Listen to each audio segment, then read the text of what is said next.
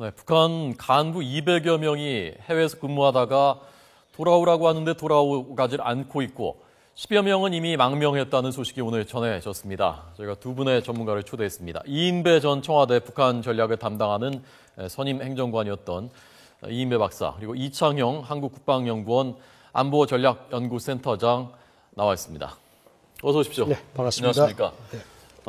우선 오늘 전해진 소식이요. 신빙성은 어느 정도로 봐야 되는 겁니까? 200여 명이 귀국을 안 하고 있고 10여 명은 이미 망명을 했다. 어떻게 보셨습니까?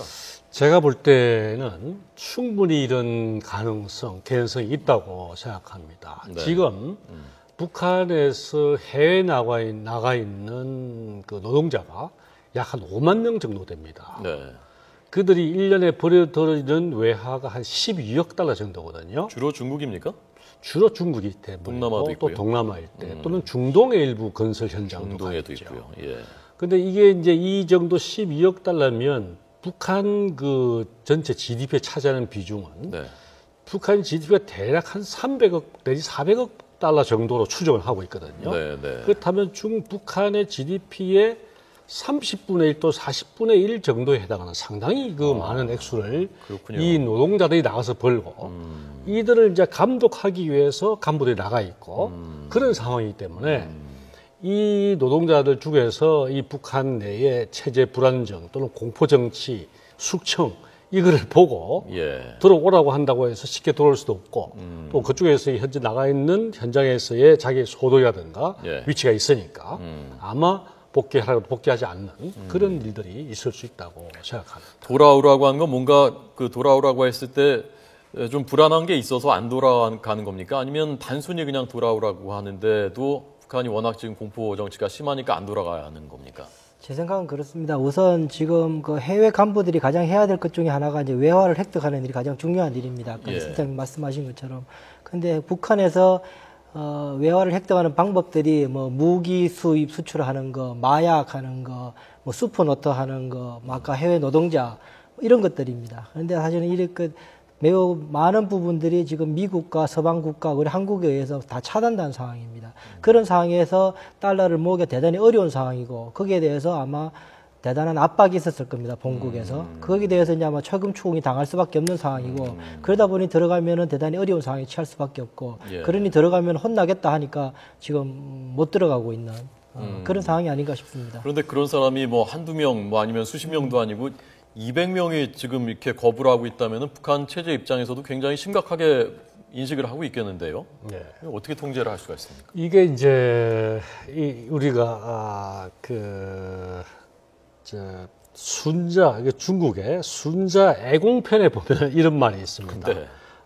궁하 필위. 이 아래가 궁하면은 예. 반드시 위기가 온다 이런 뜻이죠. 아. 그러니까 지금 김정은이가 집권한 이후에 계속 지금 처형, 뭐 숙청, 뭐 주민, 뭐 사형, 뭐 전부 다 이 피해 숙청 이 채찍으로만 지금 북한을 통제를 하고 있거든요. 예, 예.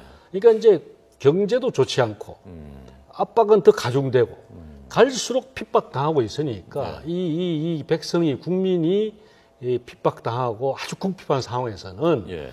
어떤 형태든 국민들이 반응은 이제 첫 번째는 이 위를 속이는 것이 첫 번째고요. 예. 그 다음에는 이제 공격적으로 나가거든요. 회피하거나 아니면 공격적으로 나가는 거죠. 예, 예.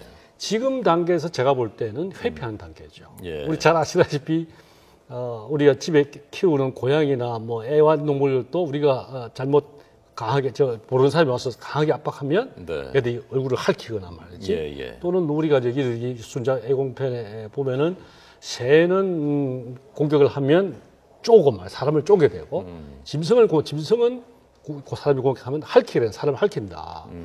이런 것처럼 북한의 지금 김정은 지도자가 워낙 백성들을 강하게 지금 압박하고 이게 쪼달리게 하기 때문에 군피하게 안 되기 때문에 네. 백성들이 지금은 이제 피하는 단계죠. 예. 회피하는 단계. 복귀하지 않고 말을 안 듣고 이런 정도인데. 그런데 회피하면 그게 그냥 피할 수 있습니까? 계속 어디 뭐 도망 다닐 수는 없는 것 아닙니까? 이제 그러니까 위에서 명령한 건데. 찾을 수 있는 루트가 이제 이쪽에 있겠죠. 제가 알기로 원래 그 외부에 이제 해외에 나가게 되면 예. 가족들은 이제 북한에 두게 되죠. 하고 이제 그 개인만 나가게 돼 있었습니다. 그런데 제가 알기로 한 2009년 정도부터 조금 그걸 조금 해제를 했었어요. 북한 당국이 해서 학생들도 이제 가족들을 같이 내보내서 공부도 시키게 되고 조금 굉장히 많이 풀어졌는데 그게 2009년입니다. 2009년은 어땠지 하면은 김정은이가 후기자로서 이제 간택되어서 활동을 하기 입김을 발휘하기 시작할 때였습니다. 그러니까 사실은 지금 이렇게 통제가 안 되게 돼 있는 업보는 아마 김정은이 그때 해외에서 돌아와가지고 좀 뭐 인터내셔널하게 했던 판단의 미스였을 가능성이 있다. 저는 그렇게 봅니다. 네. 그 중에서 지금 그 10여 명은 이미 망명을 했다. 우리나라에 들어와 있는 사람도 있다. 라는 것 아닙니까? 망명은 어떤 식으로 거기서 어떻게 해서 할 수 있습니까? 일단 망명이라는 거는 그 정의가 그렇습니다. 그 해외 본국에 있던 자가 해외에 도피해서 다시 돌아갈 경우에 정치적인 핍박을 받을 경우 그것이 확실할 경우에 그 망명으로 인정을 해서 받을 수가 있는 것이죠. 네. 예, 그렇다면 결국 망명이라고 지금 이야기를 한다는 이야기는 본국에 돌아가게 되면은 보복을 당하거나 처벌을 당하거나 생명 위협이 있기 때문에 이제 다른 나라 3국으로 온다. 그 3국이라는 것은 한국을 포함해서 본인 의사에 따라서 가게 되는 거죠. 지금 상황이 그런 상황이라고 볼 수 있습니다. 사례를 그렇게 될 만한 사례를 제가 하나 경험을 말씀드리면 제가 금년 4월 중순에 그 모스크바에서 열리는 MCIS, 모스크바 인터내셔널 시큐리티 컨퍼런스에 간 적이 있는데 그때 우리 한참 그때 그 자리에 현영철 북한 무력부장이 왔었거든요. 이제 같이 이제 참석을 해서 어떤 회의 전날 인접 테이블에서 이제 같이 사람들도 보고 예를 들어서 그렇게 당시 이제 수행했던 이제 북한 적 간부들이나 또는 모스크바에 있는 이제 북한 외교관이나 이런 사람들 이제 같이 어울려 있는 거죠. 북한에서는 최고 엘리트들이겠죠. 당연히죠. 그런데 이제 이 현영철이가 가서 사실은 김정일과 푸틴의 정상회담 등을 준비하러 간 큰 역할을 띄고 갔는데 사실 성공지지 못했기 때문에 복귀해서 아마 그런 책임도 한 작용을 했을 것이고. 그러니까 그때 현영철 얼굴도 직접 보셨군요. 그렇죠. 불과 몇 달 전에. 바로 여기 이제 러시아 차관, 국방 장관이 주관하는 만찬 자리에 우리 테이블은 이쪽이면 이제 현영철 테이블은 저쪽이고 같이 이제 근데 대화는 이제 저쪽에서 회피해서 우리가 서울서 왔습니다 하고 악수를 해도 회피하는 상황이니까. 본인도 뭐 본인의 운명이 불과 몇 달 사이에 그렇게 되리라고는 그때까지 몰랐겠죠. 거기 와서 같은 호텔, 우크라이나 호텔 같은 호텔에 저희들은 좀 아래층에 있었고 이제 같이 있었는데 그런 상황에서 이제 같이 있다가 이 사람이 이제 현채가 복귀해서 얼마나 있었다가 뭐 졸고 있는 모습 등으로 해서 이제 완전히 그냥 숙청을 당하고 나머지 거기 남아있었던 무관이라든가 그 사람하고 같이 행동했던 사람들 신변의 위협이 어떻겠습니까? 남의 일 같지 않겠죠. 당연히 자기가 자기 일로 생각되고 내가 다시 평양으로 갔을 때 나한테 어떤 영향을 미칠까? 아마 심사숙고 아주 심하게 그런 느낌을 가질 수 있지 않을까 싶습니다. 김정은의 그 비자금을 담당하는 39호실인가요? 노동당 39호실. 그 담당자도 망명을 했다는 설이 있다면서요? 네, 저도 오기 전에 뉴스에 그렇게 39호실은 뭐 아시는 바와처럼 북한의 그 통치 자금을 관리하는 곳입니다.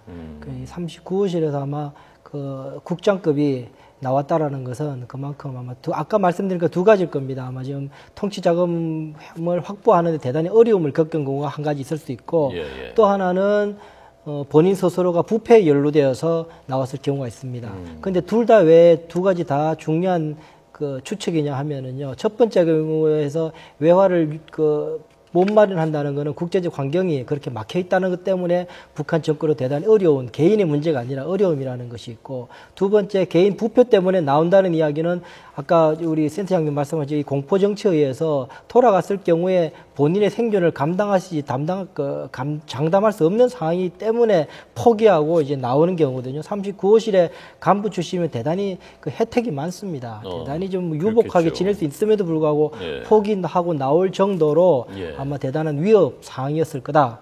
그렇게 판단해서 나왔을 거다 보는 거죠. 김정은의 입장에서는 자신의 그 비자금을 관리하던 고위 관계자가 나가버렸다는 것은 정보도 다 서방, 미국, 뭐 우리나라에 다 나갈 수 있는 것이고 굉장히 뭐랄까 위협, 불안 그런 걸 느낄 수 있는 사건 아닙니까? 그러면요. 지금 미국에서 가장 지금 그 관심 갖는 것 중에 하나가 스위스은행에 지금 알려지고 있는 30억 불 정도 통치자금 김정일 때 그것이 어떻게 향방이 어떻게 될 것인지 거기에 대해 대단히 좀 귀추를 주목하고 있지 않습니까? 네, 네. 그런 상황에서 아마 39호씨를 간부가 탈북했다고 했을 때 미국도 대단히 거기에 대해서 궁금해하고 상황에 대해서 체크를 할 테고 예. 물론 우리도 뭐 대단히 중요한 정보를 획득할 수 있다 저는 그렇게 봅니다. 예.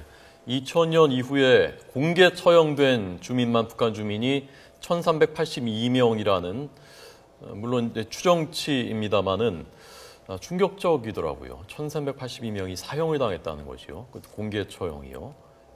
그러면 어떤 죄목으로 이게 처형을 하는 겁니까? 어떤 죄목은 아마 여러 가지가 있을 것이고 먼저 큰 그 명분은 예. 김정은 체제 안착 또는 체제 유지에 저해가 되거나 반대를 하거나 하여튼 그 김정은 체제 유지에 도움이 되지 않거나 하여튼 그런 세력을 중심으로 할 거예요. 예. 그런데 이제 이렇게 말씀드린 것처럼 처형이라는 이런 극단적인 방법으로 가는 것은 예. 통치자들이 아시는 것처럼 통치를 하는 방법은 당근과 채찍 두 가지가 있지 않습니까? 네, 네. 당근이 있으면 당근으로서 달을 이렇게 달랠 수가 있는 것인데 지금 김정은은 김정일과 달라서 당근을 쓸 수 있는 아무런 수단이 없는 거죠. 이제 그 전에 김정일이나 그 전에는 김일성 시대는 그래도 대체적으로 경제 상황이 그래도 한국 남한보다는 나았던 그런 시대였고요. 김정일은 그래도 개성공단 또는 금강산 관광 뭐 또 북중 교육 등등을 해서 김정일의 호주머니에 통치 자금이 어느 정도 확보가 될 수 있는 여건이었죠. 김정은 들어서부터 그 전부터 물론 이제 시작된 금강산 관광 주도됐죠. 개성공단 근거리 했죠. 북중 교육 나빠졌죠. 특히 2013년 이후 북한의 3차 핵실험 이후에는 국제 제재도 강화됐지만 중국으로부터의 대북 제재도 상당히 강화되는 상태죠. 그러니까 김정은이 쓸 수 있는 통치 자금이 완전히 고갈된 상태에서 네. 통제할 수 있는 수단은 채찍밖에 없는 것이죠. 그러니까 채찍이 결국은 그것도 이제 처음에는 약하게 때린 채찍이 말을 안 들으니까 또 더 강하게, 점점 더 강하게. 예. 그래서 나중에 결국은 처형, 네. 그것도 고위 간부, 가장 최측근을 처형하는 이런 갈수록 강도 높은 채찍을 쓸 수밖에 없는 그런 상황입니다. 예. 그래서 지금 이 센터장님 보시기에는 북한 주민들의 분노와 공포가 지금은 아직은 공포가 분노를 누르고 있는 것이지만 이게 점점 임계점을 향해서 갈 것 아닙니까? 분노가 공포를 이길 수 있는 순간이 올 수도 있고요. 그래서 북한의 그 지도층들을 좀 분리해서 우리도 당신들은 지금부터 하는 것에 대해서는 책임을 묻지 않겠다라든가 김정은 정권과 분리하는 그런 전략이 좀 필요하지 않느냐라는 분석 지적들도 있더라고요. 어떻게 생각하십니까? 예, 그 전통적으로 북한을 그 다루는 정책적인 방식이 두 가지가 있습니다. 하나는 북한 자체를 해서 그 다루는 방식이 하나가 있고요. 주로 이제 진보 진영에서 그렇게 다루게 됩니다. 왜냐하면은 어쨌든 또 하나의 방식은 보수 진영에 될 때는 정권과 주민을 분리해서 다루자 이렇게 돼 있습니다. 예. 둘은 사실은 정책적 실효를 봤을 때는 어쨌든 이 정책 당국자가 또 북한 정권이기 때문에 실질적으로 이렇게 분리가 되느냐 안 되느냐에 대해서 사실 논란이 있기는 합니다. 어쨌든 지금 그 북한 인권법에 의해서 북한 인권센터가 이제 북한에 이제 한국에 개설이 됐지 않습니까? 예. 등등의 상황들을 보면서 우리가 북한 정권에 의해서 자행되는 북한 주민들에 대한 압박과 그런 게 대해서는 그 엄중히 우리가 워칭할 필요가 있고 또 하나는 아울러 북한 주민들에게 말씀하신 것처럼 북한 주민들에게 당신들을 지켜줄 수 있는 대한민국 정권이 있다라는 사인은 여러 경로로 보낼 수가 있을 겁니다. 그 경로 중에 가장 대표적인 그 경로는 우리가 대북 지원을 아주 효과적으로 하는 겁니다. 예, 거기에 대해서 우리가 여러 가지 방식을 찾아야 될 것이고요. 예. 그것이 그야말로 맞춤 형식으로 북한 주민들에게 혜택이 되는 방식들은 철저하게 찾아서 적극적으로 할 필요가 있다는 게 제 생각입니다. 예, 알겠습니다. 오늘 두 분의 분석 여기까지 듣겠습니다. 잘 들었습니다. 고맙습니다. 네, 감사합니다.